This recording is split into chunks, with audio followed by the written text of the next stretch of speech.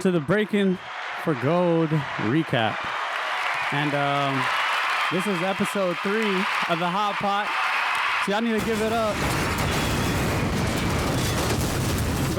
Going 3 episodes strong. So going explosive. Yeah, like it is. Yeah, this is gonna be crazy. But today is gonna be a little bit of a special day. We're gonna be doing a recap of the Breaking for Gold Japan event that happened just last night at I think it's called Kitakyushu. Yeah, Kitakyushu. Yeah, so that was an amazing event. It was high energy, high impact. They had a lot of high level athletes competing at that event. But yeah, hey man, Chaz, what you got to say? Hey, it was a dope event. Positives first, you know what I'm saying? Like they did a few good things right. They had people out there that had high energy. They had dope graphics and visuals. And to be honest, I was way better than Korea. So yeah, that's the word around town. But yeah, welcome to the HotPot. This is episode 3, like we said again. And man, we need to see. Man, how's your morning going so far? My morning's great. Woke up, took me a shower, got me some breakfast. Now time to talk about some things. Hey, Chaz brought in some kolaches this morning, and you know we ain't doing no glizzlies. That boy brought in a whole bunch of glizzlies. Hey, this boy dumb. Hey, this man with the glizzy on the table right now. I know. Hey man, lay that thing on the table, my boy. Hey, you ain't gonna see me eating no glizzly. My glizzly right here, but. You gonna see me eating no glizzly. That boy, why you adding the L in there? Why you adding the L in there, bro? It's glizzy. Hey, I ain't add no L. Sure, I eat. Oh, this boy but you ain't gonna see me eating no glizzly. This boy ugly. You don't even know. Pause. But yeah, so on to the next announcement. So announcement of the day, we have the Ether recap.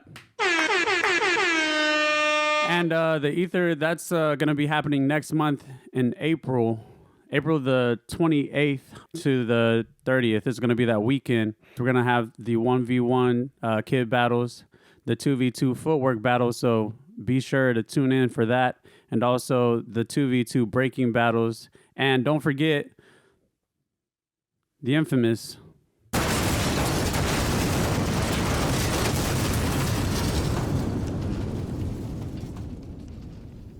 Ether call-out battles. Ooh. Infamous.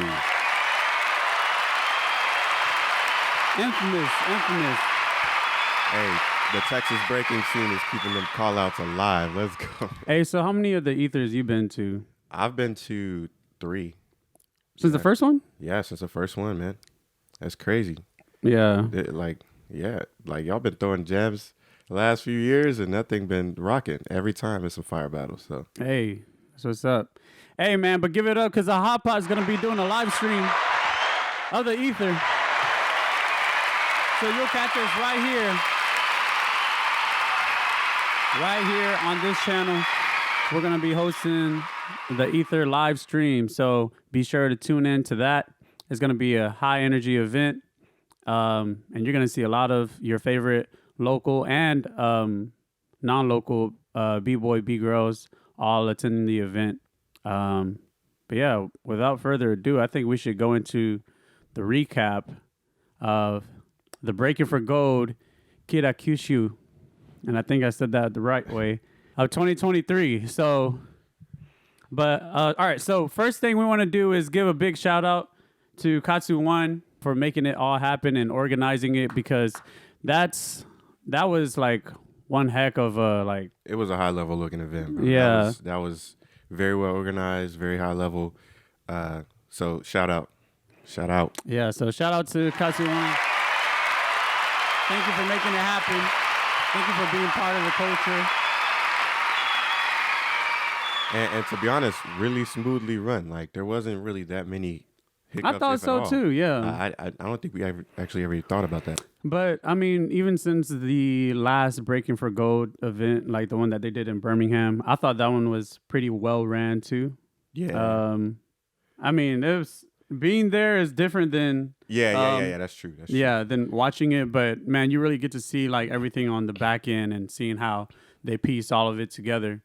I think they thought out the audience situation a lot more. Definitely. Japan. Jam, then the World Games. The World Games, It was hot. It was hot.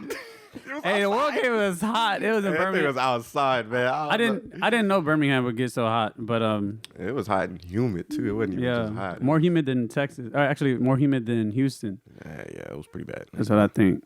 But dang, man.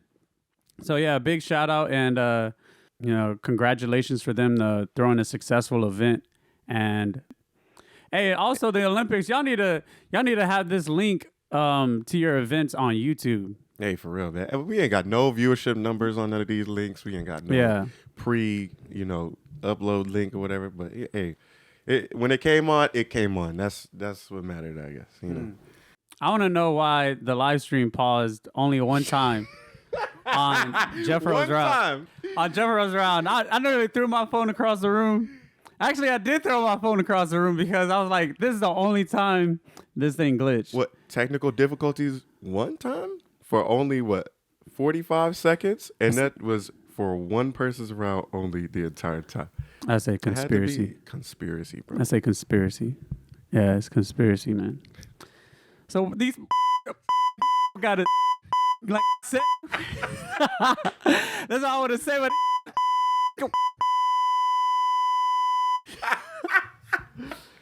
F, man, but man, we had a good time. Talk. Man, don't.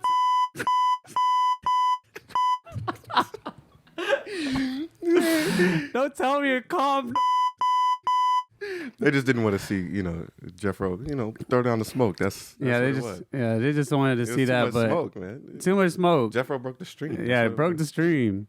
Hey, but hey, thank you guys for tuning in today. It was if you hadn't seen it, we'll be sure to post a link to the Olympic website so that you guys can tune in and actually get onto that and see with your own eyes who do you think should have won.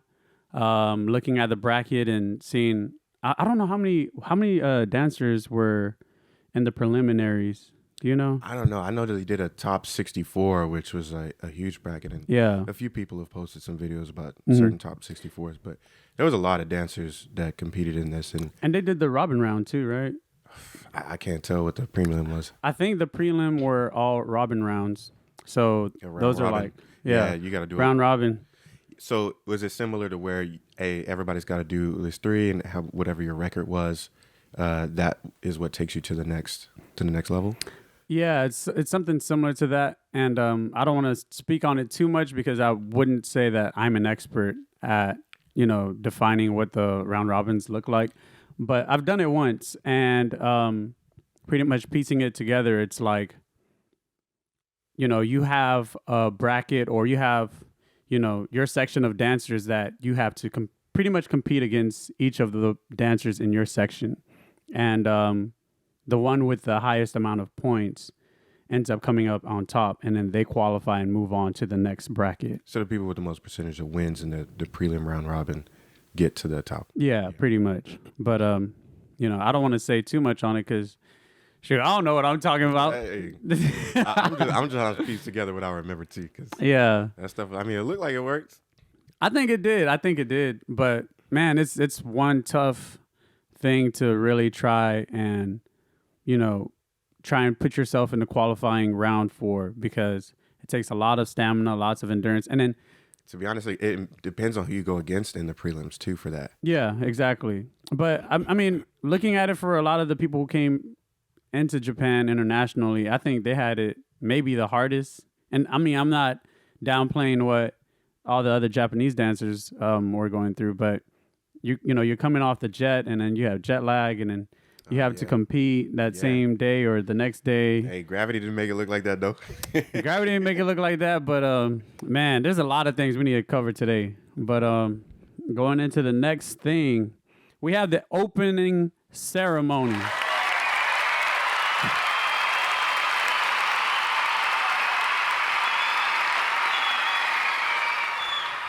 Shout out to the cultural displays that were on the stream. It was really dope. It was really dope to see, them put on, for their culture and keep the traditions alive and whatnot. Hey, yeah, that's what's up. Yeah, they did They did that brush It's brushstroke. like a whole calligraphy thing. That Yeah, they're doing with their, like a kanji brushstroke calligraphy thing. It made me think of like Street Fighter like font. yeah, That font. that big old brush, that messed up brush. See the That back brush of wasn't smooth at all. yeah, you guys see it all black, and then you just see my back with the Japanese letters and stuff. Gonna look But- like Akuma. yeah, exactly. But what did you think about the opening ceremony performance? To be honest, I was getting some stuff set up, so I didn't see the whole thing. But I saw a little clip. I mean, they did a good job of what they was doing, but you have other things to say. I'm hearing. Now I want to hear what you got to say. Nah. You got to Look, give the people what they want to hear, man. What you talking about? I didn't write that note. But I'll say this: hey, they was dressed. They had on solid team colors. They looked like they was out there trying to impress for all of their heroes. But apparently we got a villain over here that thinks something else. I gotta tighten my hoodie for this one. Yeah, go ahead, tighten the hoodie.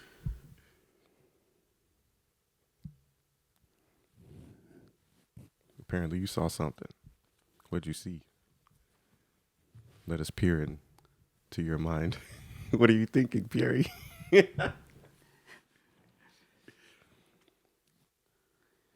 All right.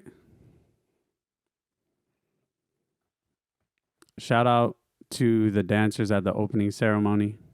I don't really know the group, but I mean, obviously they had some good high level performing b-boys, but I think they were just going through too much to like execute their performance. Go ahead, say what you want to say, bro. That's what I wanted to say. Nah. That's what I wanted to say. I don't have to say anything else. Oh man. Hey, go watch the clip. It's up right now. No, we'll play it right now. Go. We'll play it right now. Oh man. For the audience, this man has something to say. He just don't want to say it. I don't know. No, I pretty much said it. They didn't execute. They didn't execute respectfully. Hey. But I mean, I get it because I come from a performing background, and there are times where you're performing on the stage, and in the moment, you don't hit what you want to hit, and like some people mess up on their blow ups, and you don't have that type of luxury to like to make corrections on live stream, and when things are happening live, sometimes there are difficulties and sometimes you hit it, but they didn't hit it. They didn't hit it, but I mean, hey, but shout out and respects to them. They did what they did, and I like the whole opening ceremony act, from the beatboxing to the calligraphy art, and showing all the forms of the culture. Yeah, from their side. Yeah, and them coming in with the performance, that was really dope. So, hey, them kids is tough. Well, let me say them B-boys and B-girls is tough. Yeah, I don't know if they kids, what I'm saying. Someone was young, but hey, they tough. Y'all gonna have to give it up for my man Chaz, because he's over here. He's ready to drop some bars on y'all tonight. So, I mean, before we kind of get super into the battles, just looking at the bracket, right? Who were your predictions going into the final? Oh, that's actually a good question. I don't think I had predictions before, to be honest. I just watched it as it unfolded and made my choices and decisions as I saw the rounds. But it's after the fact now, so it's pretty null and void. But to be honest, which bracket you want to go for first? The women's or the men's? Let's do women's first, because actually the women's bracket surprised crazy the hell out of me. My bad. It surprised the out of me because that was like something I did not expect. I was like, I would vote, the other direction of where a lot of the judges were going for the women's battles, and I think, whatever my decisions were, it did not line up at all. Not at all. Well, I say for the most part, but like. For the most part, it didn't line up with what the judges had decided. But wow, like I'm gonna be honest, Yeah. Um, 3 of the 4 first round battles, Mm-hmm. I think the judges made the wrong decision. Yeah, we're gonna be talking about judging today. Oh, judging. We're gonna Oh, talk that's about so funny. judging. Hey man, I need to pull up the statistics on all of this. You were saying something about it's pretty much your algorithm of like how to like Idea. give credentials to judges and It would be interesting to think about how like the consensus of the scene versus what the judges who are actually on the panels are judging, right? And how does the scene's collective opinion compare to the judges and how they make their decisions? Right. I mean, you know, obviously coming with the experience, judges are supposed to be looking for things on a higher level or whatever, rather than just the masses who may have untrained eyes in that sort of opinion group. But at the same time, it's like, you know, the mass of people have an opinion, and that opinion is completely contrary to what the judges are doing. I don't know what the judges are doing.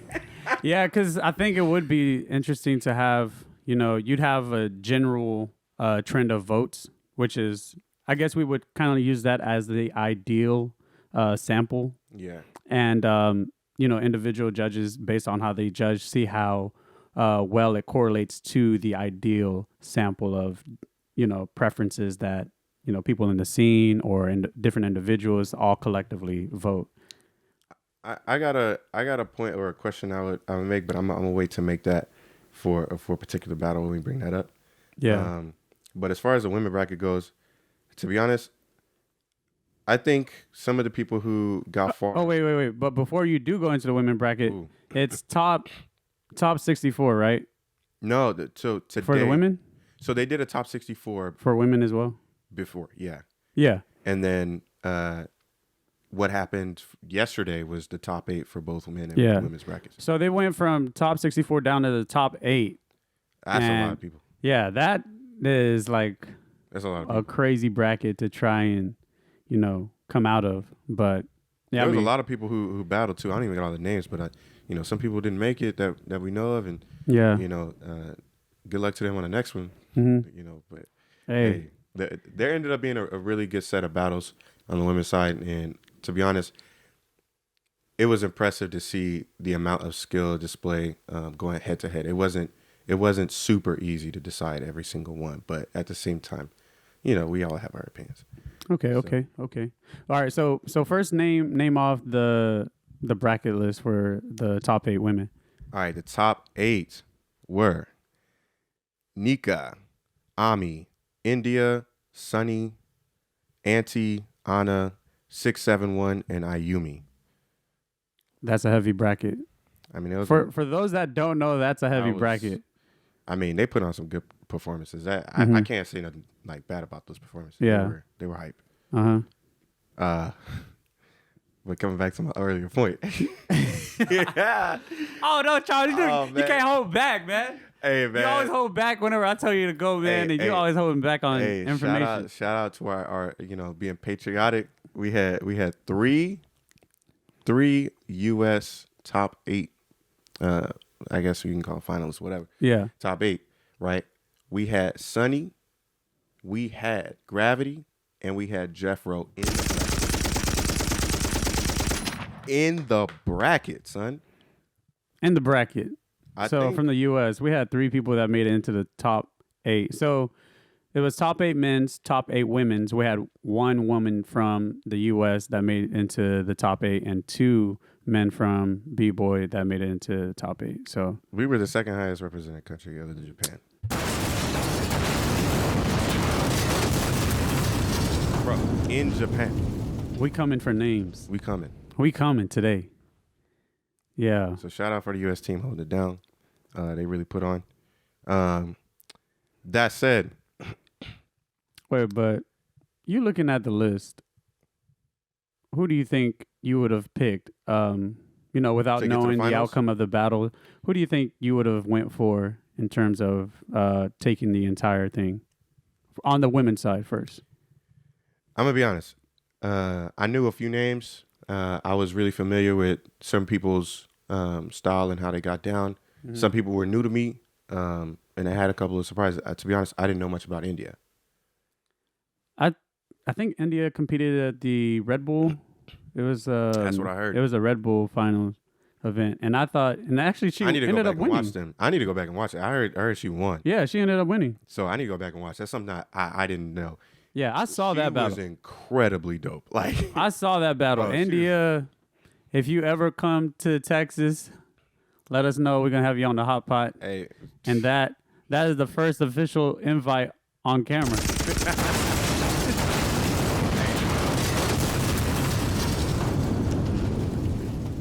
I just had to show my Air Max 90.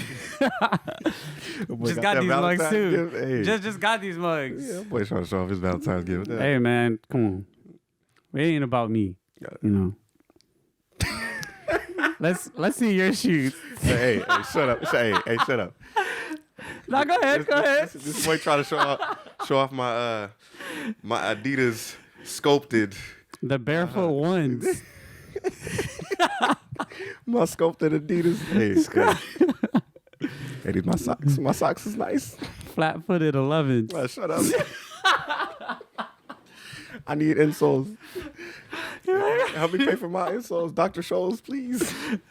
Hey, all right. Go back to it.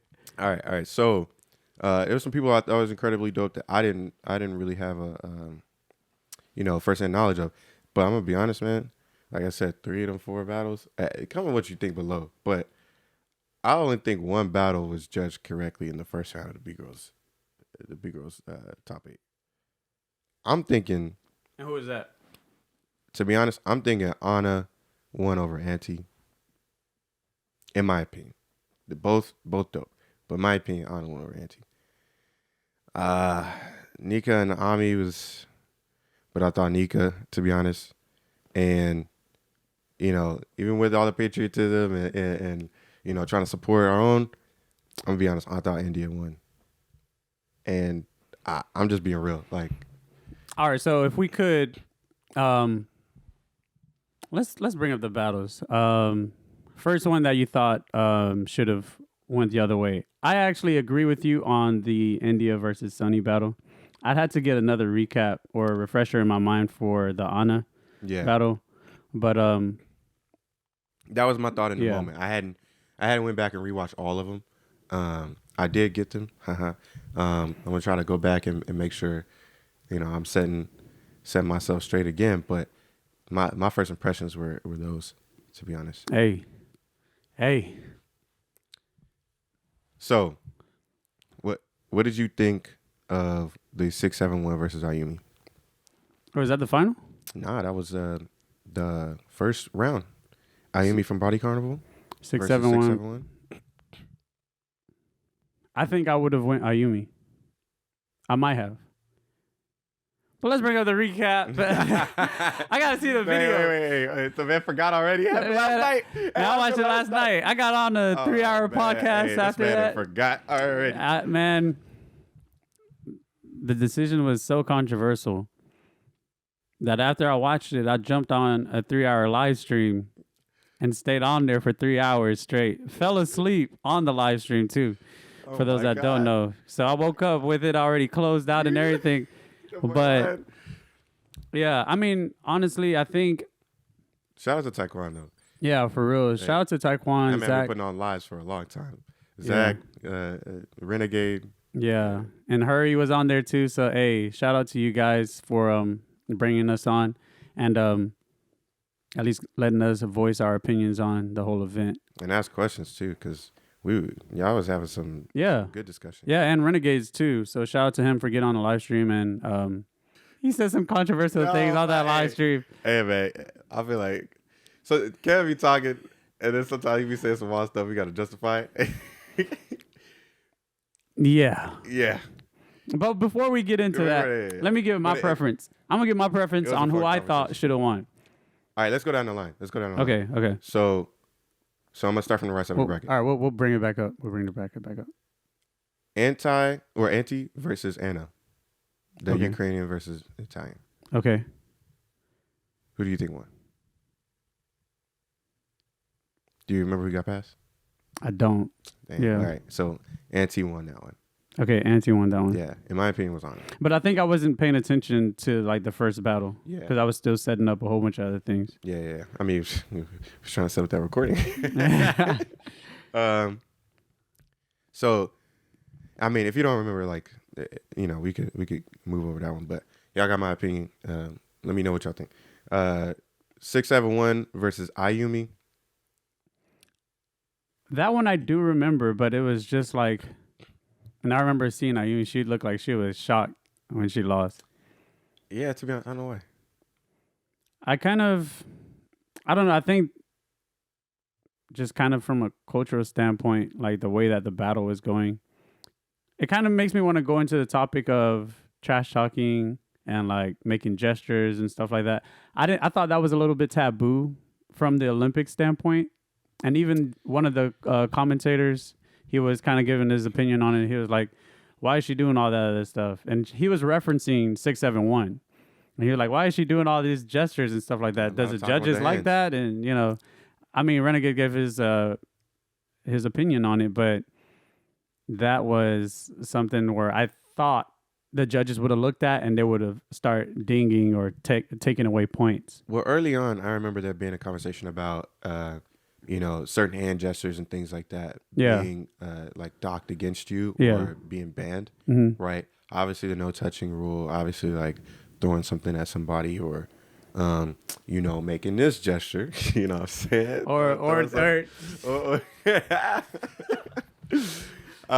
You know, interfering too much. That's something else we talked about on live stream. I mean, look.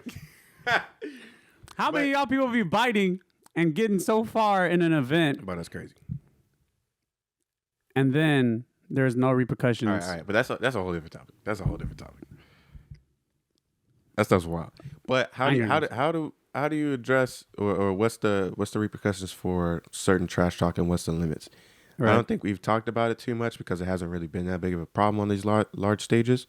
So like if it's not a problem, you know, we're not looking too hard into it. But I do remember that being like a thing that was brought up.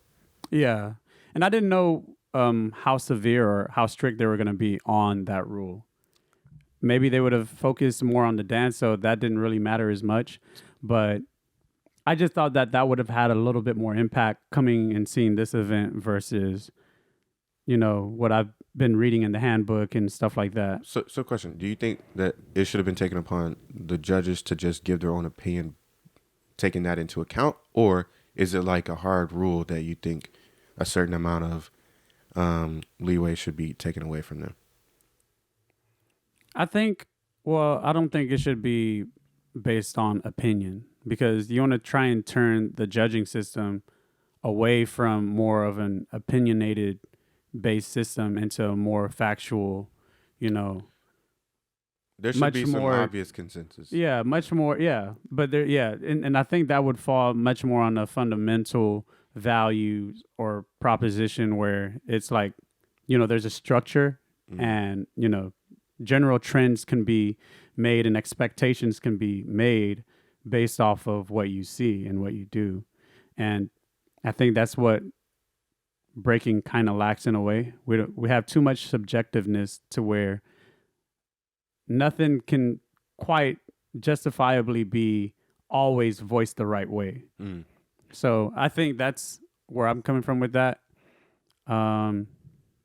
But who I thought should have taken the whole thing, my prediction before the battle, I was looking at either India or maybe 671. Maybe 671. And I thought Sunny would have probably gotten to the final, but I was kind of looking at it that way. It was either going to be 671 or India and maybe Sunny at the finals. And maybe Sunny could have turned it around, but that's kind of how I was looking at it.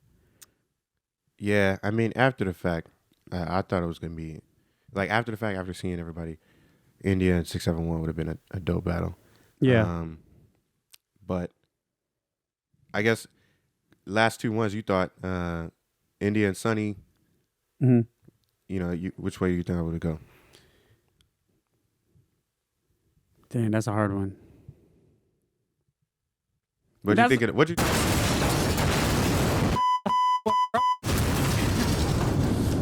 you think think in the moment? No, I mean, looking at when you say think about it in the moment, India really surprised me during the Red Bull finals. And I can't remember if it was the World Finals or if it was which Red Bull event was that. But India surprised me to the point where I saw a lot more ability, like stamina, endurance. So I thought India really overcame a lot of her own weaknesses and persevered into the final. And I thought that was something that she was going to be able to do at this event as well. Mm. She seemed like she was definitely keeping up her energy and her movement, even though it looked like she started to get tired. Yeah. But she was pushing through that to the point where her performance wasn't coming down. So yeah. Y'all know my thoughts on that one. Ami versus Nika. Man, that's what I keep telling you, man. We gotta watch the battles, man. We gotta watch the battles, man. I keep telling you, put it up. Yeah, put it up. And man, I think you forgot. Hey Chaz, if you don't post that video up so we can react to it. I think you forgot. If you don't put that video up so we can react. Women finals. Let's go ahead and show who was in the finals. The final was Ami versus 671. Okay. I'm feeling like that's a power versus like style all around her. Yeah. Versus what did you think the outcome should have been, or what was your opinion on the outcome? I'm looking. Well, so whenever I was looking at the bracket and I saw it coming, I thought 6-7 was going to take it. 6-7-1 was going to take it because I think she's much more of a physically capable person. Which is and consistent. Big, to be honest. I think that was one of the biggest limiters. Yeah. In the women's bracket in general. Uh-huh. And for you to be able to overcome that physical limit and actually perform that way, right? I think sets you highly ahead of a lot of the people in the bracket. Yeah, definitely. Because the way that I rank it, I think 6-7-1 is one of the highest physically capable, high endurance, high stamina, and she's just a really consistent B-girl at being able to do her blow-ups, her power. It just seems like she's almost like Shinga Kicks, but the female version. Because, I don't know, it just seems like she has that type of endurance and she's ready to go like 700 rounds. Not literally, but hey, that shoelace ain't though. That shoelace got to get tied every single jam. I'm surprised because what do you do on the world stage if your shoes actually come off? Yo, I don't know. They said they had one of the judges do a flip off the stage. They did that at was that no, it wasn't at Birmingham. It was at Red Bull, right? There was someone who did that same thing. They flipped off the stage. But that happened again last night. Just showcase. Oh my God. Flip off stage. No. Nah. But look, all I'm saying is I don't know what type of shoelaces we need to buy. But the thing need to stay tied. Those Echo shoelaces. Those thick ones. Hey, they must be slippery. That's all I can say. I got one pair of shoes. I know them things don't stay tight. I mean, that's why you got a double knot, man. It's double knot for real. Got to keep them double knot. But yeah, so I thought 6-7-1 was going to take it. I thought she just was a much more consistent, like looking at her historical track record, I thought she was much more of a consistent B-girl at what she does. I think it's going to be hard to keep up with her energy if you're her opponent and, you're coming after her. She's going to, maintain a high level of energy and appearance when it comes into going into the battlefield. Yeah. I think Ami puts good content together. Mm-hmm. But the difficulty and the physicality of what 6-7-1 was doing, I think just overcame that. And then on top of that, I don't know, there's a perspective or the perception I get, right, that Ami wasn't performing as much as she could have, and there was like this kind of lackluster. Okay, I'm gonna get through these moves, but right. But I mean, she put some good content together. It just ultimately wasn't enough. Yeah, I can see that. But also, I think in a way, Ami's more of those. So you have set type break dancers and or breakers or whatever. You have set type breakers, and then you have other types of breakers who can like piece things, and they kind of are more in the. They're more in the music, and they're a little bit more free space, like in terms of their mind. But I think I would put Ami more so on that side of the dance spectrum rather than much more of a set-based type dancer. And because of that, typically when you're on that particular side of the spectrum, you're not as clean or you're not as sharp as someone who's more set type, and they're almost robotic in a way where they are able to repeat what they've done so many times that it just looks like it's just something that they've practiced consistently, and you have the physical movement to actually show that. So basically, points for spontaneity is what it would come down to. Yeah, but I didn't think she got those points that she needed. She didn't get the spontaneity points and all those things. Ultimately, I think after the first round, most of the decisions were, agreeable, at least in my opinion, for the women's bracket. But on to the WDSF Breaking for Gold.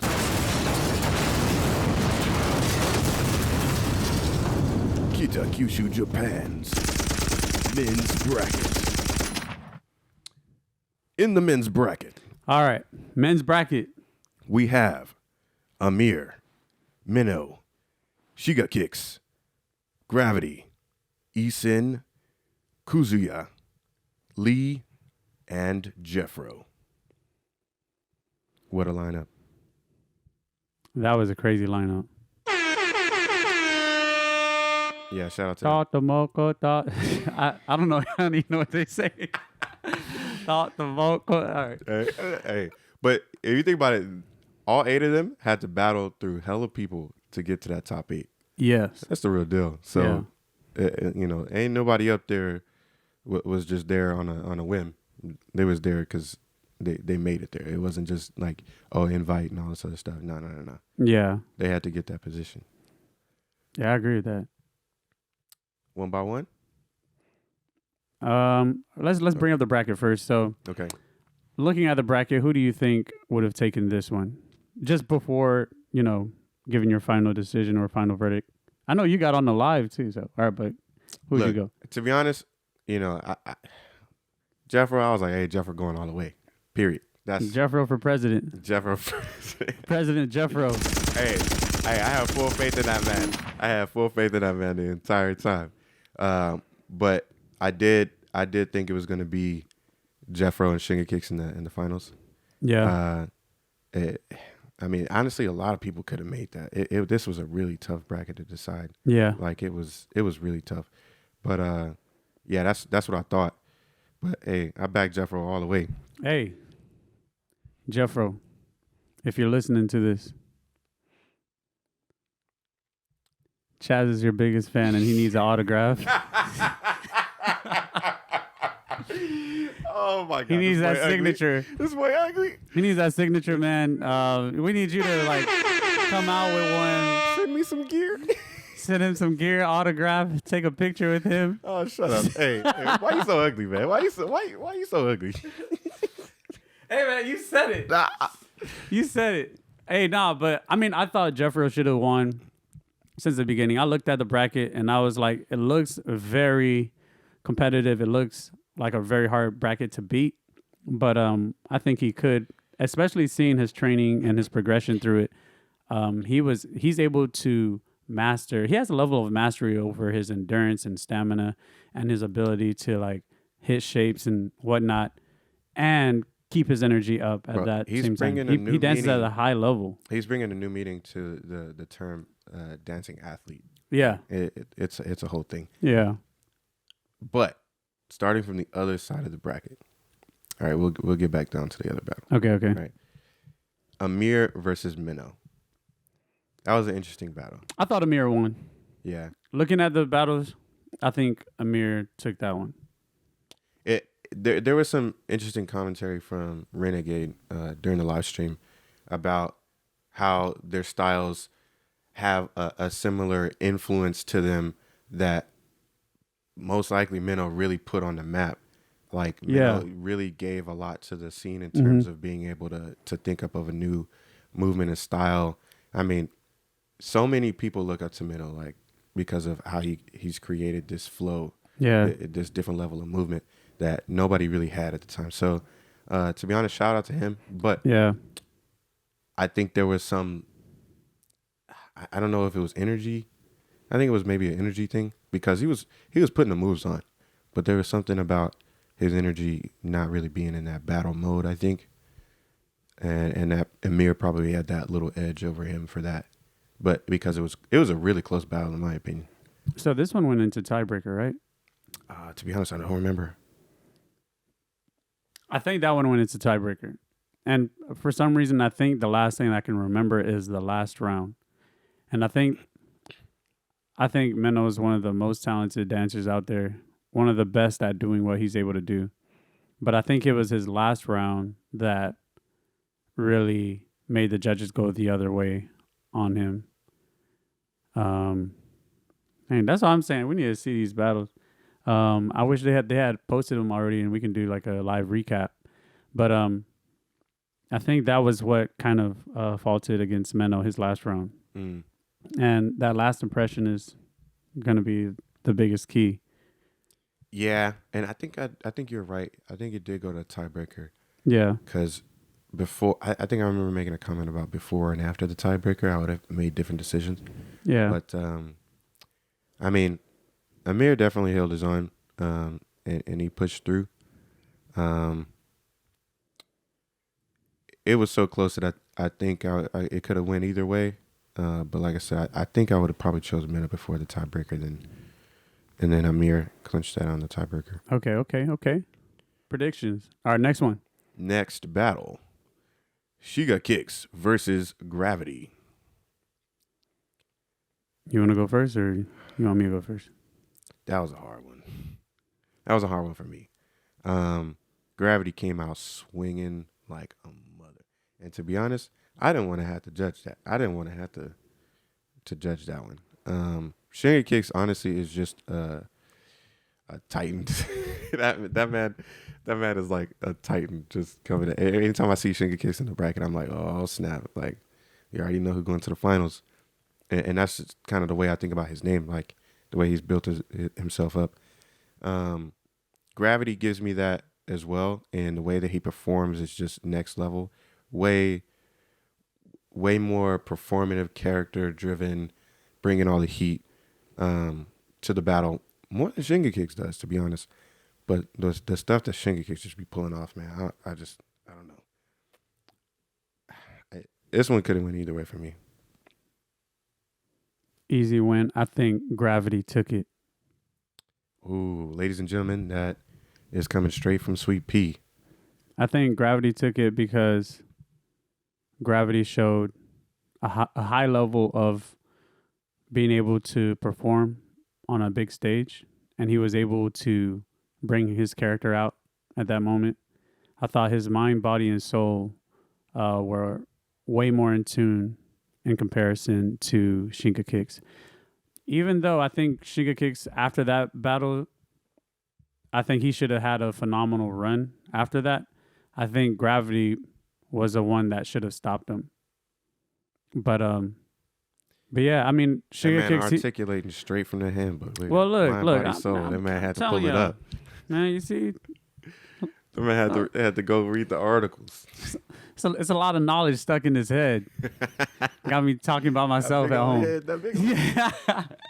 Nah, but I mean, I was looking at Gravity's battle, and Gravity's such an explosive dancer, and he has such high and low levels, and he has so much character in his dance. Shinga Kicks, he's an explosive dancer and a very capable dancer, and I think he brings out the body section of what it means in this whole judging system. But in terms of the soul, well, I think Sugar Kicks has a really strong mind as well, but aside from that, Gravity, I think Gravity displayed an equal, a more balanced approach to all three of those things. I think Gravity gave I can agree a with balanced that. approach to his body. Actually, arguably could be bigger than Sugar Kicks. Arguably. But also, there's some moves in there that Gravity does that it's just like, how did this man do that? Yeah. Like, where did this man get this skill from? seriously, yeah. And That jump full twist.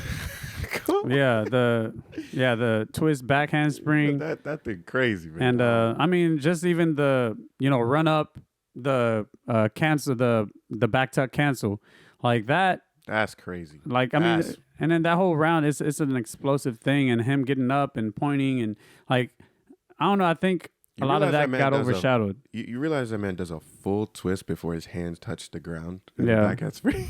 that thing's crazy. That's fake. That thing's fake. That's fake. Oh man, that thing too fake. But yeah, I mean, that's kind of where I stand on it. I thought Gravity should have taken that one. Period.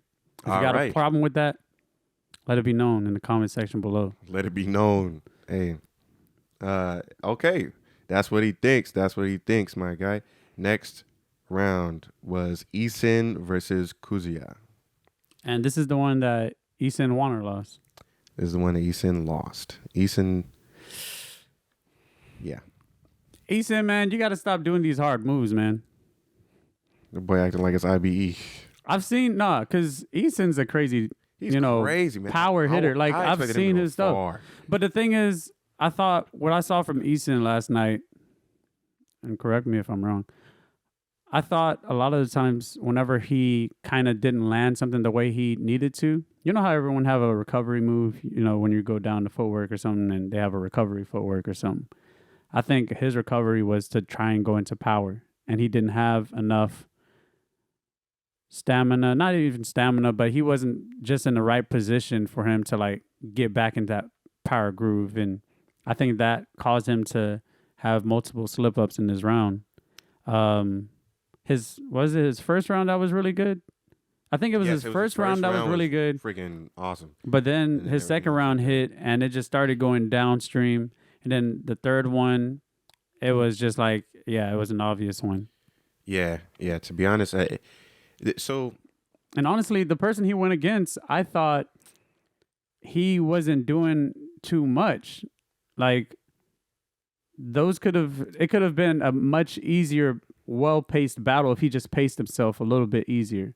But he tried to do a lot of this stuff that I don't know. But I mean, that was smart on you said what's his name? Kuzuya. Yeah, Kuzuya. That was smart on his part because he was able to like notice that, capitalize on it, and then take a much more 100%. slow and safe approach. 100%. Yeah. Now, last night after the stream, I just wrote down a little scribble and was like, lessons. What you wrote down? Lessons from WDSF.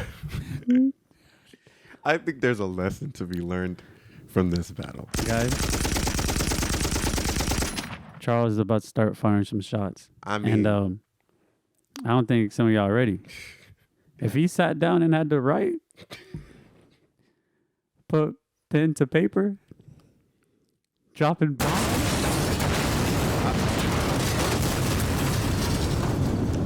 Look. He had to sit down and write. Y'all think about that. I had to put this thumb to a touch screen.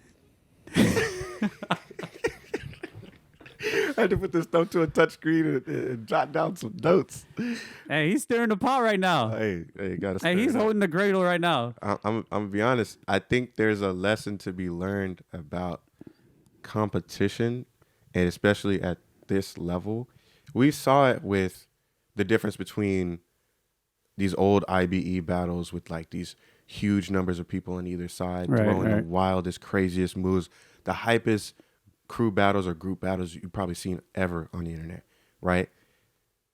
You still get props for throwing the craziest thing at IBE because it's a fun environment. When you're in a competition environment and every little thing counts and matters, what do you see at Red Bull? You see people making sure they can execute. Right. What do you think you're going to be able to see when going to the Olympics? You're not trying to see the craziest move. You're trying to see somebody execute and take the W in whichever strategic matter or whatever strategic way you can. And I just think that strategically, Eason was not where he needed to be or thinking about it the right way, because sure, you could do all these dope moves that impress everybody in the jams and the ciphers and stuff like that. But if you can't hit them 100% of the time, if that's not like your bread and butter, and you can't accentuate the music, the body, mind, soul, whatever. But that's the thing. I think it is. I think he could hit those things, but it was just not his day. Like, literally, when I saw that other event that Eason like literally killed it, I was like, that's a problem. But we saw another jam. I think it was the same. It was Eason, and he meant to do a move out of another move, and we had an argument about whether or not it was a crash. Which one? I don't know if you remember that leg sweep. It was like a corkscrew to a leg sweep. No, that wasn't Eason. That wasn't? Nah. Yeah. He's talking about Bboy H. Hey, shout out to H. That's a really dope B-boy. Okay. Different thing. Yeah. But point is, at this level, we had this conversation before that we're going into a place where we're considering B-boys and B-girls athletes. Right. In the aspiration of winning a gold medal. In the aspiration of winning a gold medal, it's not, look at me, I can do this move, maybe, 60% of the time. It's no, I can execute this in your face every single time. And I need to be able to gauge that against whoever my opponent is.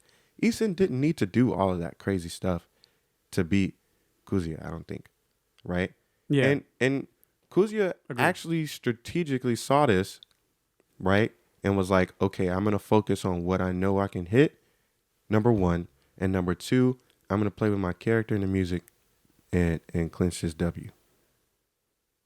I mean, he held steady. I mean, looking at it at first, I think it was kind of hard to tell if it was really Kuzia noticing that it was something he can take.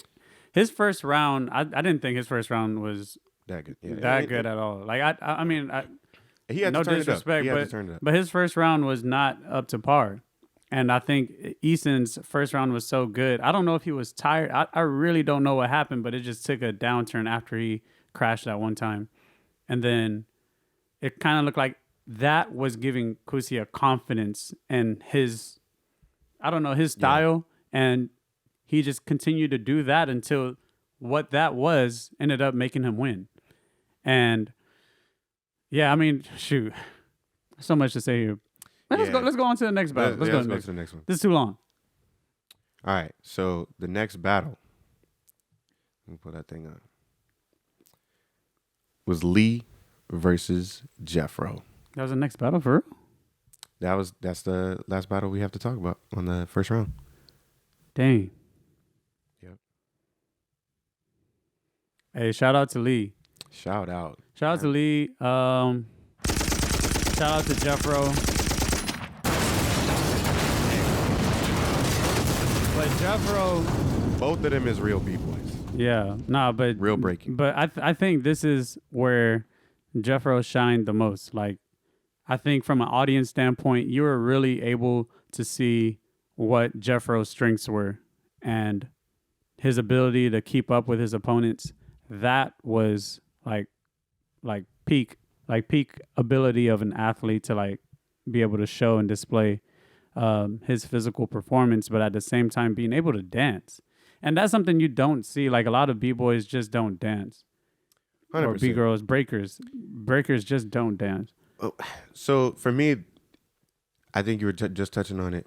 This goes back to like being an artist who can do some of these great things, and Lee's got some crazy moves, some really stylistic, creative stuff. Like I can't say enough about some of the creativity that he's put together. No, definitely. Yeah.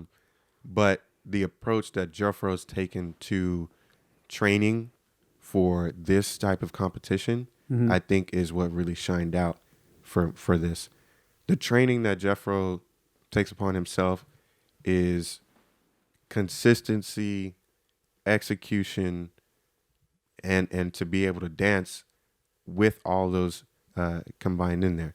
If you can't consistently execute at a high level, even when you're tired, even when you're getting all that endurance in there, it's hard to push through every single event that's coming that he's been through, that's coming up to get through the Olympics. I mean, there's a lot of trials to get through, right? There's all these events and jams that you have to do. You have to have content. You have to be able to execute every time, and you have to be able to maximize your points. If you can't do that every single jam, somebody's going to take some points away from you, right? Mm-hmm. So Lee got far, and I hope he continues to like push and everything like that. I hope he gets to the Olympics. I know that man is going to be a heavy hitter, period. He is a heavy hitter.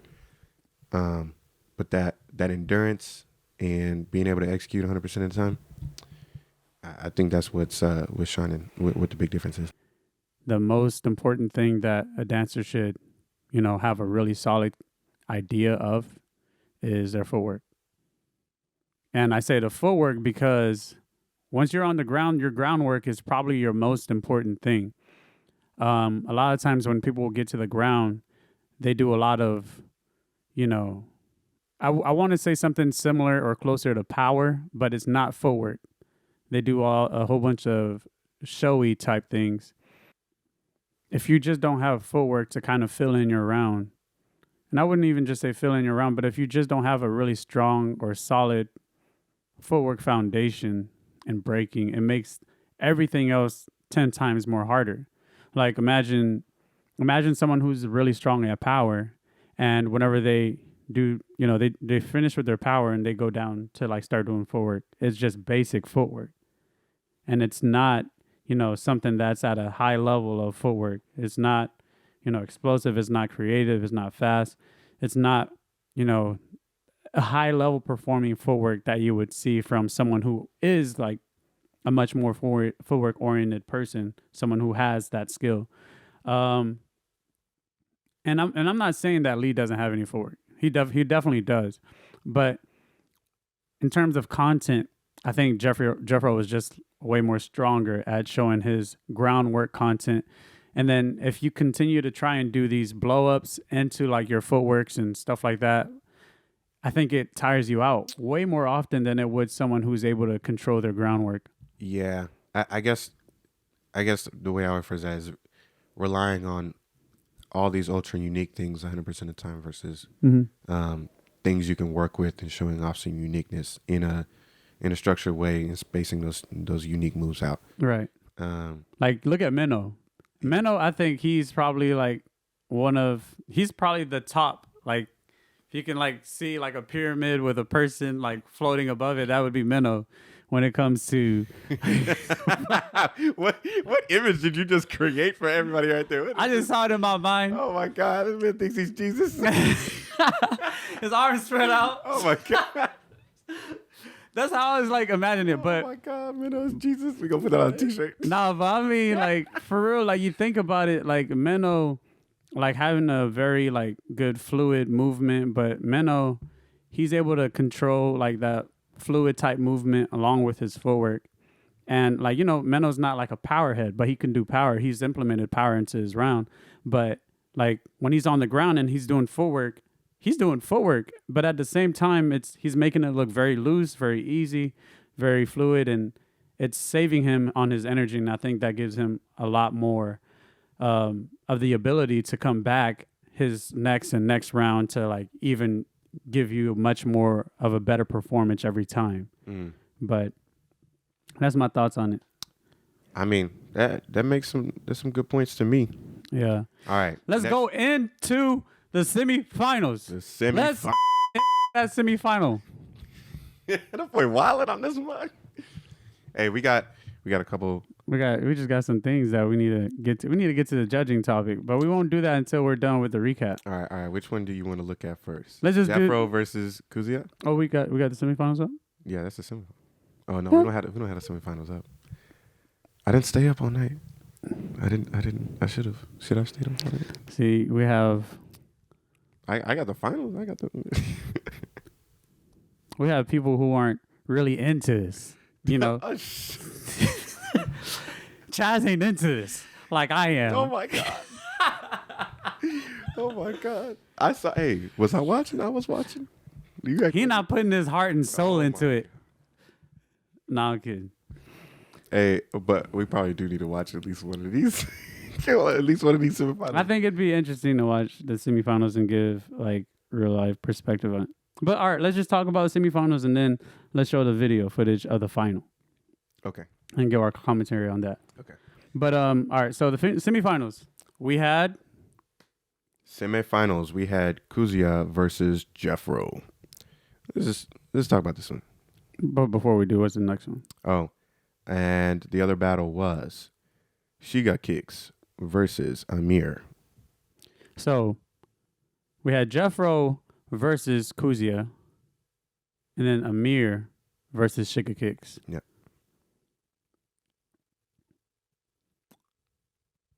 Let's start with Kicks. All right. Start with Kicks. All right.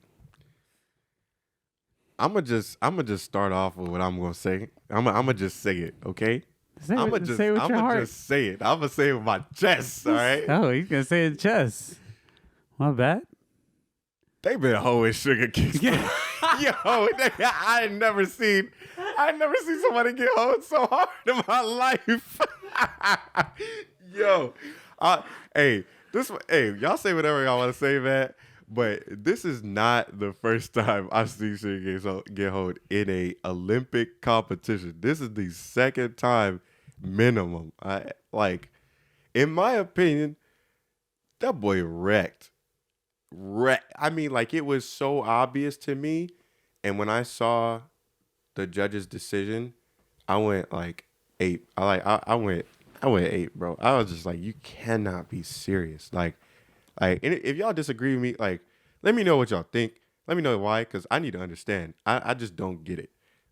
Birmingham, the same thing happened. Like, I have the footage, bro. I recorded that stuff myself. I don't understand how they keep doing this to Sugar Kicks. Like, this man should have won so many other things. What do you think his weakness is? I mean, y'all was talking about it yesterday on little Taekwondo's Little Live, or Taekwondo's Live, but like the idea is that he doesn't have the soul or the performance aspect of it. I mean, as much as we call this man the Energizer Bunny, and he has all this energy, and this man execution specialist, this man got all these crazy moves, and never seems to be tired. That boy was barely breathing. That boy was breathing like he was normal after the battle. I don't know. But the man can execute, perform, has high-level moves every single time. They're all interesting. Great composition, in my opinion. I just don't understand how the man didn't win. That's my opinion. Look, the judges need to get called out. That's my opinion. That's my opinion. Yeah, the judges flipping off the stage. Oh, man. Look, this man said, pause. This man said, Energizer Bunny. Sugar Kicks, what is your fuel? That boy got a battery in his back. That boy got an arc reactor in his chest. Arc reactor. Iron Man. Oh, that boy Pull out the cord. Yep, that boy got a cord. Sugar Kicks, he's a dancer that I just don't see getting tired. I don't know how to even say it, but he really displays that on any stage that he performs on. But I think his biggest weakness is not trying to look too robotic to the judges. Sometimes they say if the move looked too easy to do, they're not impressed. Bro, that's the dumbest thing I have ever heard in my life. Look, but it kind of makes sense. I get it. I get it. They want to see you struggle a little bit. Why? What do you mean you have to? I get it. I want to see you struggle. There's something about how you stylistically pull off a move and it looking like it's the most amazing thing ever because, oh my God, he actually pulled it off. But if you make it look like, oh yeah, I pull this crazy stuff off every single day. Yeah, we see you do it all the time, whatever it is. I can understand people kind of get desensitized. And we talked about this with other B-boys too, but the man is doing so many crazy things so consistently, well executed every single time, back to back to back to back to back. Are we getting to the point where we're not even recognizing how hard it is and giving the person their just due and their points or whatever the case is because they make it look too easy? It could be true. But I do think going on a run-on sentence type of way about your dance can kind of like make someone feel like what they're watching becomes a little bit more dull in retrospect or in comparison to seeing someone else or a competitor who is hitting different levels, hitting different velocities, going from, one speed to another. I think Sugar Kick's biggest weakness is that he goes too fast. I think Sugar Kicks might just be going too fast to the point where watching his round is not digestible. Wow. I mean, I can agree with that sentiment, and here's how I'm thinking about it from what you just said. What do you think about it? To the masses, you're communicating with them through your dance, right? Through your round. Right. And you have to kind of communicate, everybody, some people say a story, some people say a narrative, whatever the case is. You have to communicate to them what they should be paying attention to, right? Whether it be, okay, here's when I'm in my levels or whatever, and here's my blow up. You should know that this is a blow up. You should know that this is something special, and you should react accordingly, right? And this is what I'm communicating to you with how I'm composing my round. Okay. If everything, like we were just saying, is the craziest thing ever, people don't know what is a particular blow up or what should be shown. So maybe that miscommunication of, oh, this is my blow up, this is where you should be excited, maybe is the miscommunication there. But if you're a judge, you should know what this is. You should know how hard everything that he's doing is. That's what I'm thinking. From a performance background, I know a blow up. Dumbass said he know a blow up. I know a blow up. I know a good blow up when I see one. Pause. And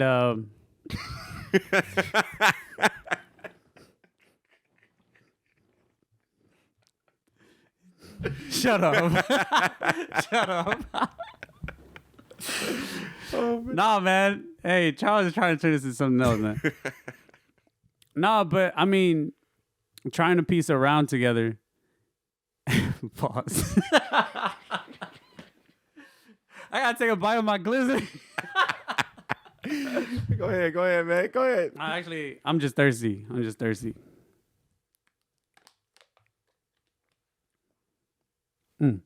Okay. So this is what I'm gonna say.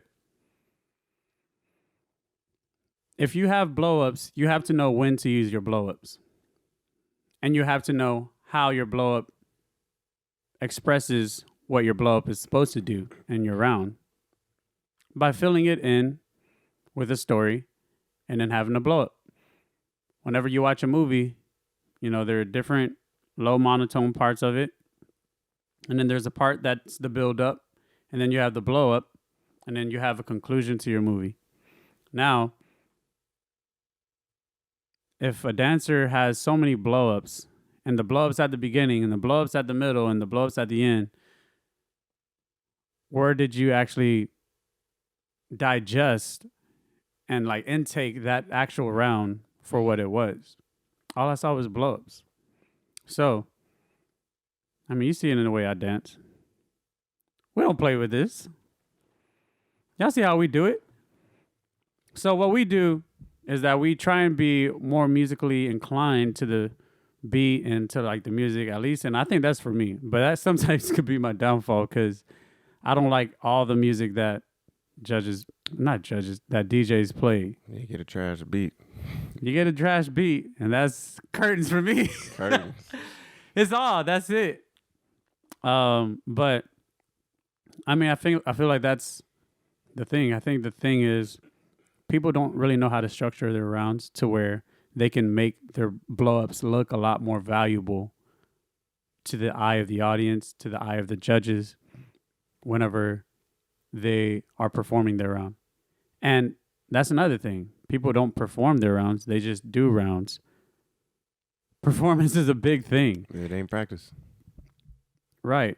And I mean, I understand it's a battle, and a lot of people will say, "Oh, I should be battling you when I dance."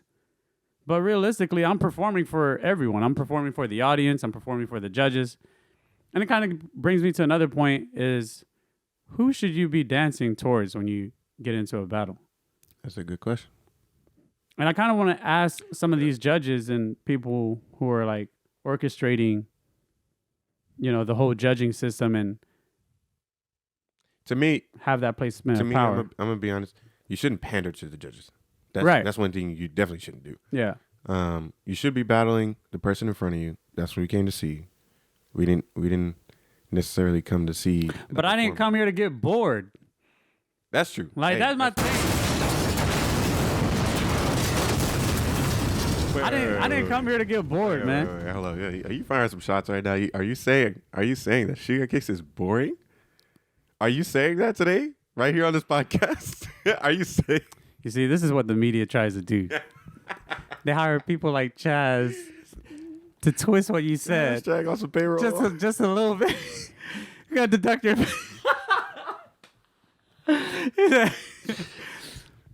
They hire people like Chaz to kind of twist the narrative of what I was saying. Hey, clear it up, my boy. To say that I said he was boring when I never said that. Take a small clip. And they said I said that. But I know I ain't said that. But he said that. What'd you say to him? I was speaking in a general sense. All right, that's clear. That's clear. All right, we good. Moving on. No, we're not moving on. I want you to fight me on this one. Nah. I mean, it's... Let me at him. No, it's like... For me, I'm not saying Sugar Kicks is boring.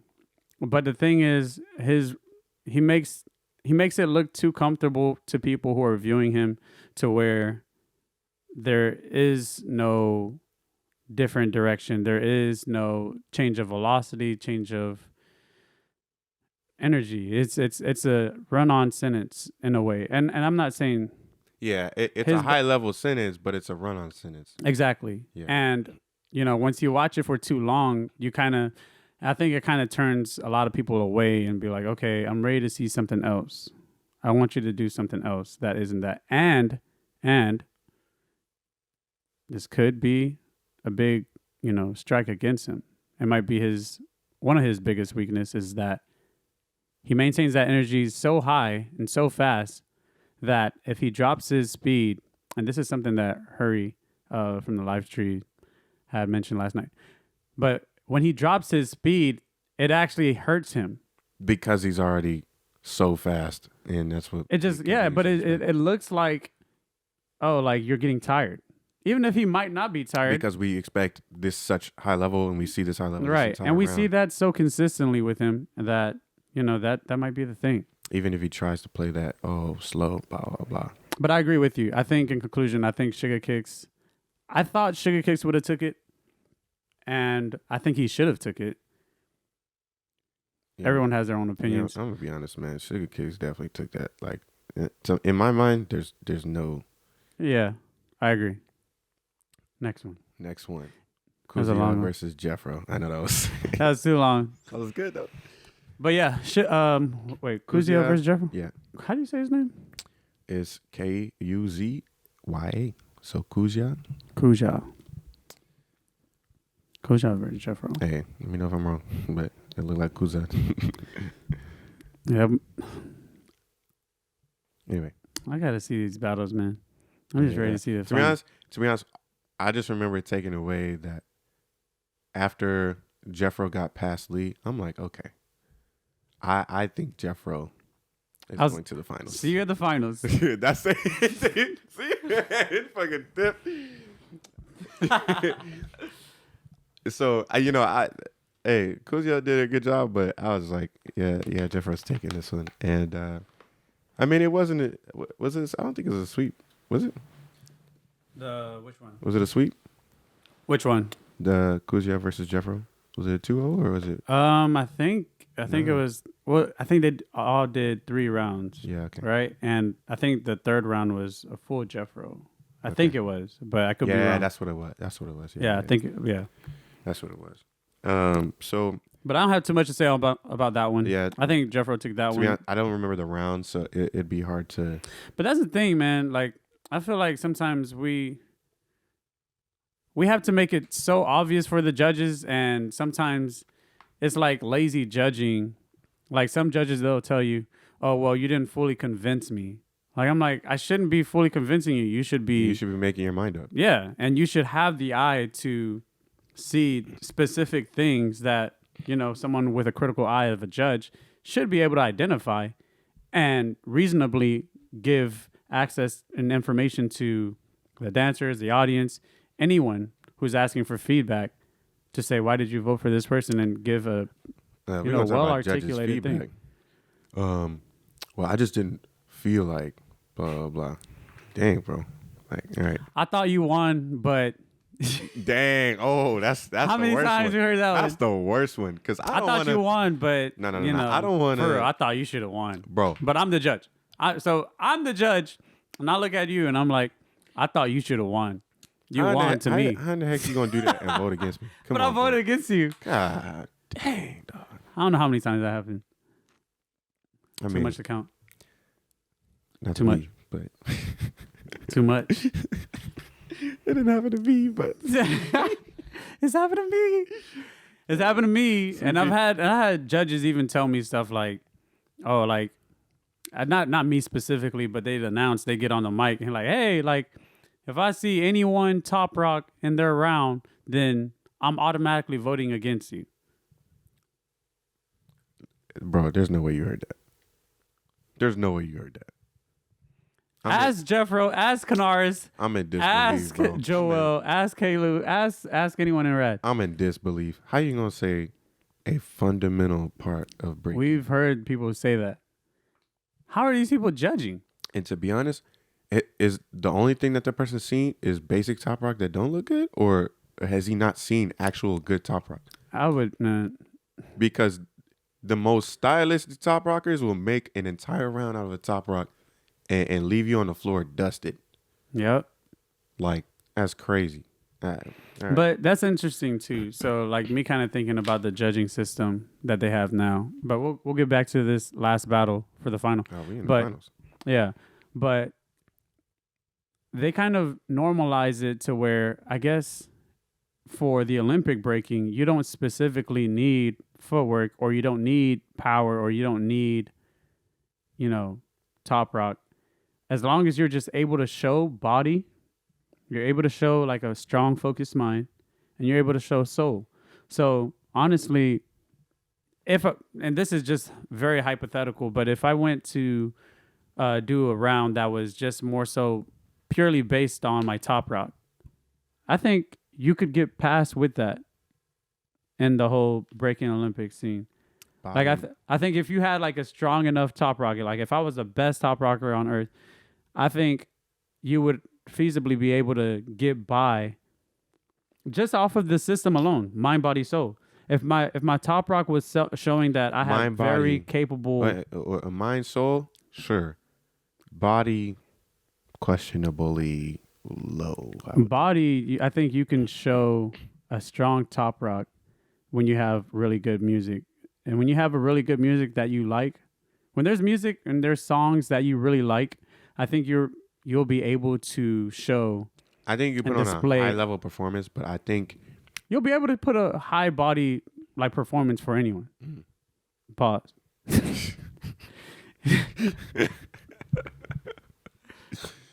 You gonna be doing that magic mic? What you gonna be doing? But well, I mean, it's not like that. It's like, who could we bring in as an example? Because I mean, I think there's not enough strong top rockers. But for instance, I would say someone like Machine. Machine's strong top rock, right? Or even Cloud, strong top rock. Differ, strong top rock. Okay. But I think at a high level, when you see top rock, I think there can be a lot of displays of physical prowess being shown. Yeah. May it be flexibility, may it be strength, and being able to be quick. Yeah. So I think that's a lot of things that can kind of get overlooked if someone isn't following the judging structure like that they currently have in play. But if they are following it, realistically, factually on the paper, you should be able to like even make that work if your skills get to that high level. Yeah, and I kind of also think about people like Recon. Like, Yeah, Recon could probably Dusty in a top rock if you know. yeah, but he's not talking about me. Recon, he ain't talking about me. Recon, you know where to find me. Hey, if he want that smoke. Nah, me and Recon, I love Recon. Recon's one of the funniest people, great people to battle. But yeah, let's go into this final. I actually want to do a reaction to this one. Very, very, very high level. Emmy opens up. Hometown gal. She's changed her outfit. I love it. Details, man. The first final battle. Stay fresh. And when each sees the other, it does just naturally bring out a higher level. I mean, absolutely, for sure. right? Because this is the one going in. I got to beat her. Yes. Like the chances are, like you look at the lineup and you're like, I'm probably going to be up against this person somewhere near the final. Yeah.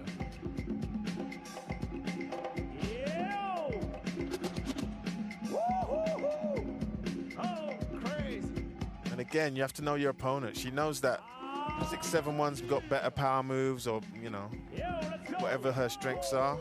So she's got to kind of nullify them before she gets a chance to do her stuff.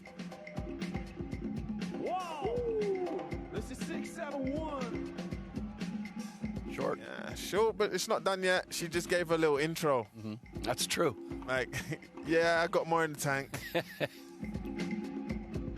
I mean, at this level, you probably need like 15 to 20 really strong rounds because there's no easy rounds at all.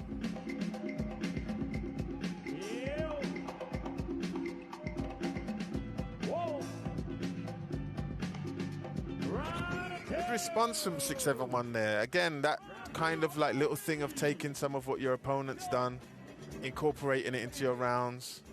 She used more of the cipher, too. More of the space, yeah. Which also counts because we talk about that in the judging. Use of space.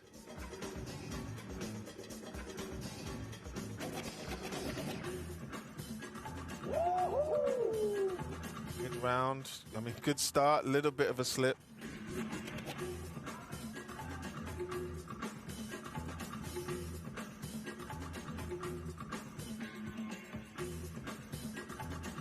But good execution on like just the footwork and the spins,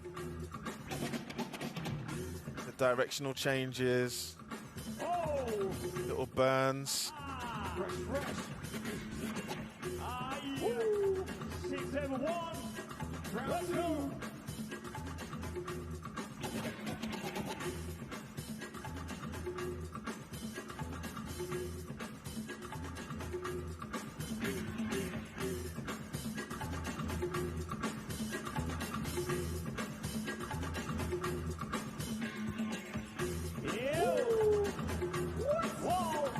Again, the use of the space.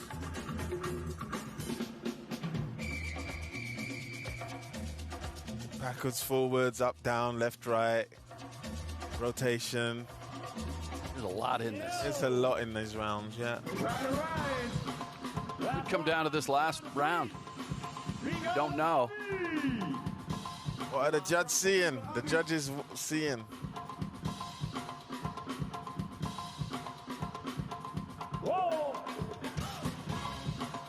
Amy very confident. Strong rounds. Both are very, very strong, actually. Yeah. It's like, man, good luck, judges. Has there ever been a tie? Yes, you can't. No ties allowed. We cancelled it out with the system. She's going hard. That's what's up. very efficient use of space. I mean, a lot in there and didn't use as much. Not even breathing heavy. Bgirl finals. Maybe. Bgirl 6. Oh, look, like she's good. And 671 does not get tired. Come on. Oh, to be 16 again. Ow. Woo. Yeah. Ho. So capable.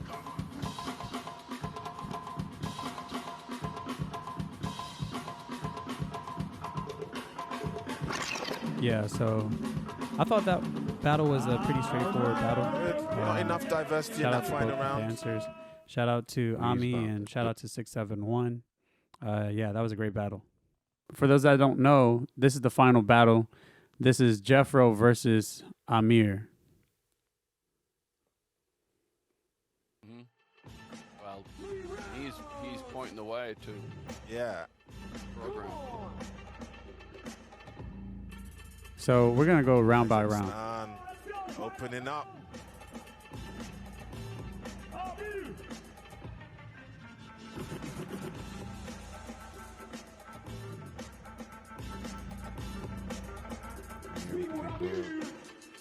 Yeah, Amir's looking really strong right now. This first round is super important. Like, what impression do you leave on your opponent and on the judges? Very strong Opening. with his with the body factor, but I'm not seeing too much footwork. Sometimes that can carry you through the battle, right? Like, how does your performance Forward affect transitions, but no footwork. the situation? Even though it's 3 rounds. I think it's important to have those things. what Like is- you have what to have forward, you have to have impact top do rock, you have to have power, blow up, Jeffro's challenge is to see and react. while still that's a being able different to thing. display mind, body, soul. Amir's got like And this to take what you crazy, didn't do well and do but it odd better. style where it's like So he's he's making already so more on many- the music, for example, Oh. Oh, and just banging out the moves straight away. So even though on a move level he may not be as good as Amir, see, that's where I disagree his, with. his own qualities need to Renegade. shine, Yeah, that not as good statement, which was is it? definitely Was about it? the Look at music. that. Yeah, that man hitting it. Boom, boom, boom. Yeah, and adding little touches like that, little personal touches. Good strong round from both of them. All right, pause. So, who do you think won that first round? Just off of watching. I'm gonna be honest, Jeffro took that first round. You guys in the audience, you guys that's watching the podcast, leave your comments, leave your thoughts in the comment section below. Let us know who do you think won that first round. Amir And had then some we'll go unique to stuff. second round and then third round. Amir had some unique stuff, but some of the things was a little odd. Look, I was like, that was a slip up. I don't know. Yeah.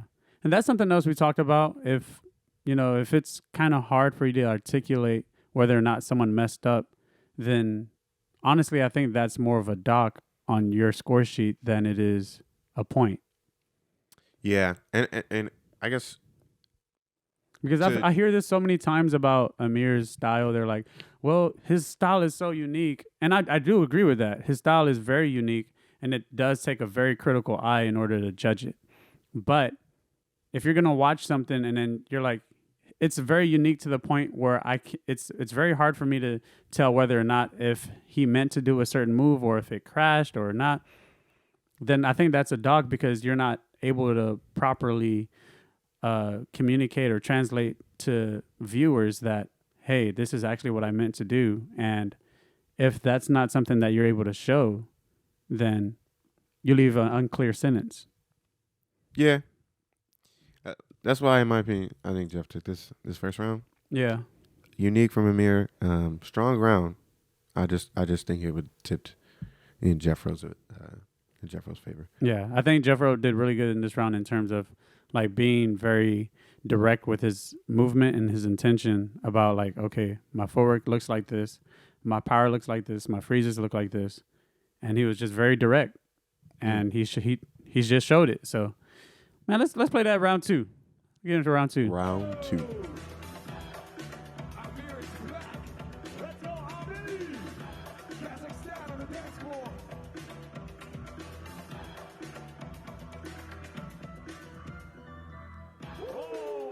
maintain this speed at this late in the game. Damn. Beautiful. That man stuck that freeze.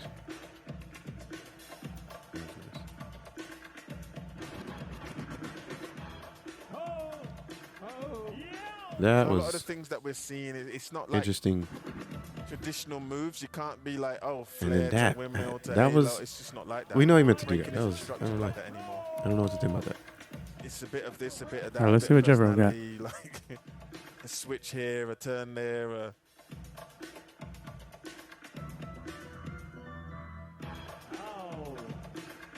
Speed, execution, space usage, personality.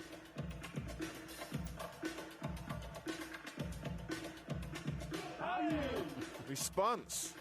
Like if you know the dancers and their styles, you'd understand that was a response from Jeffro to Amir. Pause. Pause. Yo, I'm be honest. Yesterday, I was like, oh yeah, Amir definitely won that second round. But watching that again, Jeffro won that second round now? that second round was heat. Giving it a second take? Dog, that second round was heat. I mean, so here's what I'll say. I'll say this.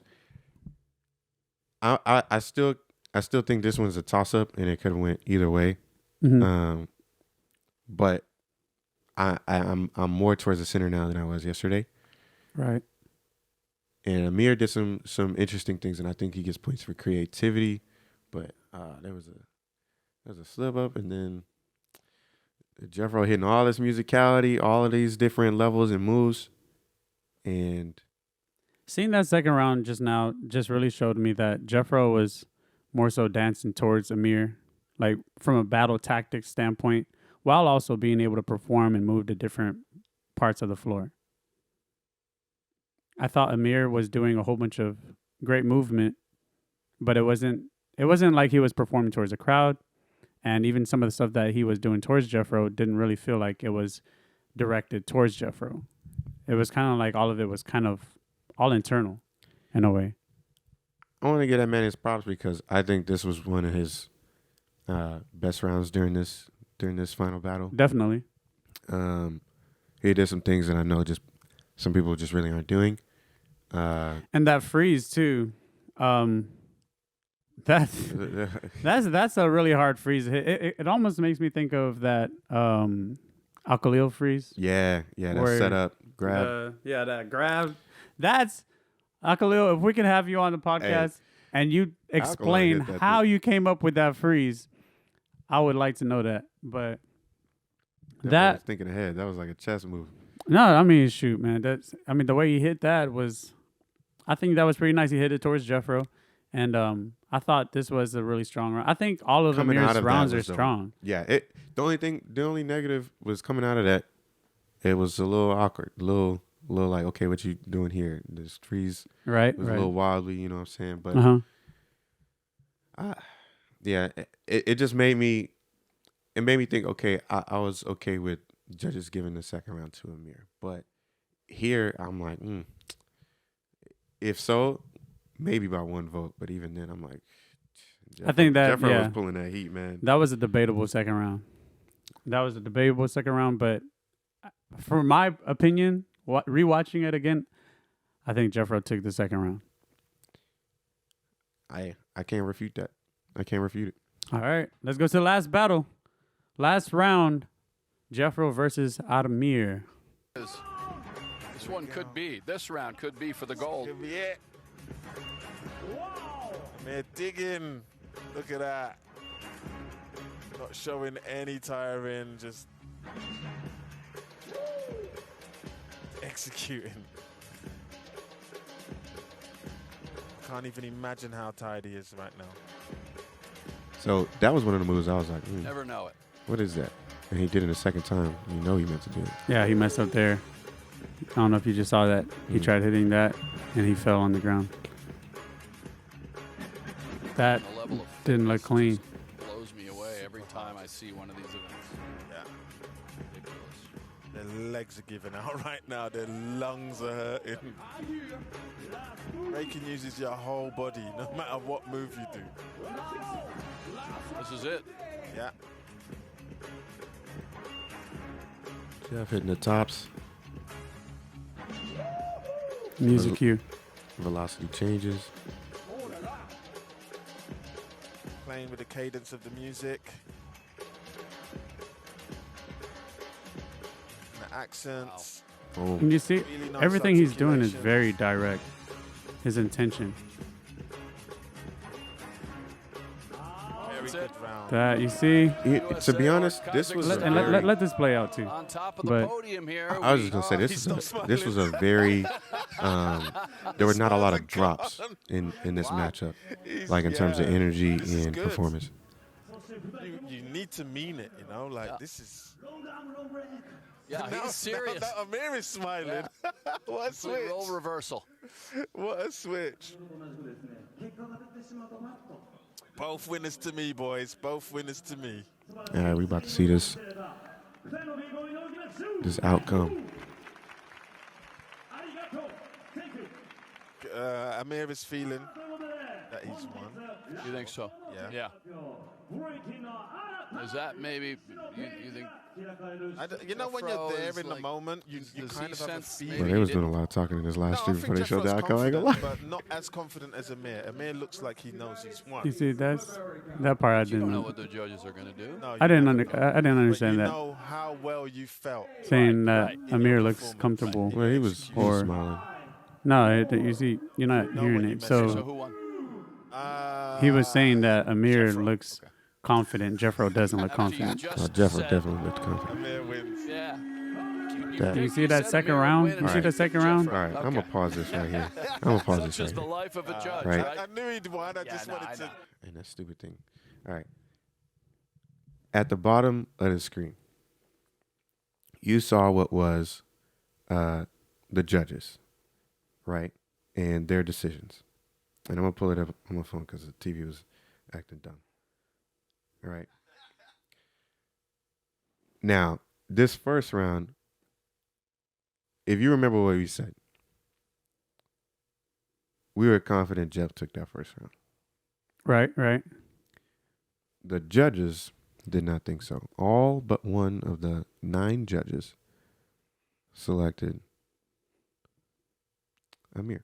And look, everybody got their opinion or whatever, but for it to be that skewed, I was just wondering, like what were they watching? Like, I don't know. I mean, to be honest, the whole battle was very, very highly matched. I think it was a great battle. I think it was close in many respects, but for it to be almost unanimous to go to one side, like, No, I agree. I'm looking at this battle, and where should I start? I don't know what they were looking at. That's the hardest thing for me to determine. What were you guys looking at? And it goes back to what I was saying. If it's very hard for you to interpret whether or not someone meant to do something, or if it's part of their style, I get it. It might be part of their style or whatever. But if something doesn't look direct enough for you to translate it over to viewers or audience, then that hurts you more as a dancer than it does. It hurts your score sheet way more than, it should be beneficial to your score sheet. I think a lot of people are indifferent about whether or not they should judge for it or how they should judge towards it.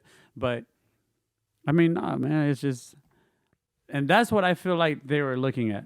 They're like, I'm unsure. I don't know how I should judge Amir's round. So let me just vote for him. mm, And it kind of takes away all the nuances and all the things you could have docked against him, and just say, I'm going to just give him the round because I really didn't know what to say. I didn't know whether or not if I should vote for him or not. So let me just give it to him. and that's an opinion that we're speculating on, or you're speculating on. Yeah. Maybe they just thought Amir was super unique in a certain way or whatever the case was, but Right. I didn't agree with that. Yeah. The second round, Definitely. 2 of the judges Spin and Kim voted for Jeff, and the other 7 voted for Kazia or Amir from Kazakhstan. Like I said, my first sentiment was like, okay, I'm not really fighting that, but Nah, you're gonna fight Charles. but I mean, again, it was more like, dang, that second round was way closer after rewatching it Yeah. than I remembered it being. The second round, watching it for a second time looked like it was better than the first round. Mm. Like it looked like he was upping what he was doing. His response was more upped. It felt like he was keeping the energy consistent, but he was upping the technical skills that he was applying towards his round. So, this was that second round. I don't know, and for it to be, 2 away from unanimous, I was just like, dang, like that's. So wait. So how many votes did Jeffro had the first round? 1. And then the second round, how much? 2. And then the third round wasn't even. To be honest, I'm sitting here like the third round was an obvious one. I thought it was an obvious one towards Jeffro. And I think many people thought so too. Several of the judges thought so. So 6 judges gave Jeffro votes and 3 towards Amir, right? Okay. That was, to be honest, all 3 rounds, like I was just saying, had high energy. I still gave Jeffro that last vote. I'll go with the judges on this one, but that first round was the one that stuck out to me. Okay, fair. And if the judges voted the way they did on the second and third rounds, I just don't agree with their first round picks. So yeah, this is. But the outcome is the outcome. But I don't know. Who should be judging, man? What qualifies a judge? Hey, actually, shout out to Jeffro. Hey, we're gonna have to have you on the podcast soon. Let's see what he thought. That's gonna be the calling, man. We're gonna have to have you on the podcast and see what your thoughts are. You're a high level dancer, and you deserve to be on the platform and talk your talk. So let us know.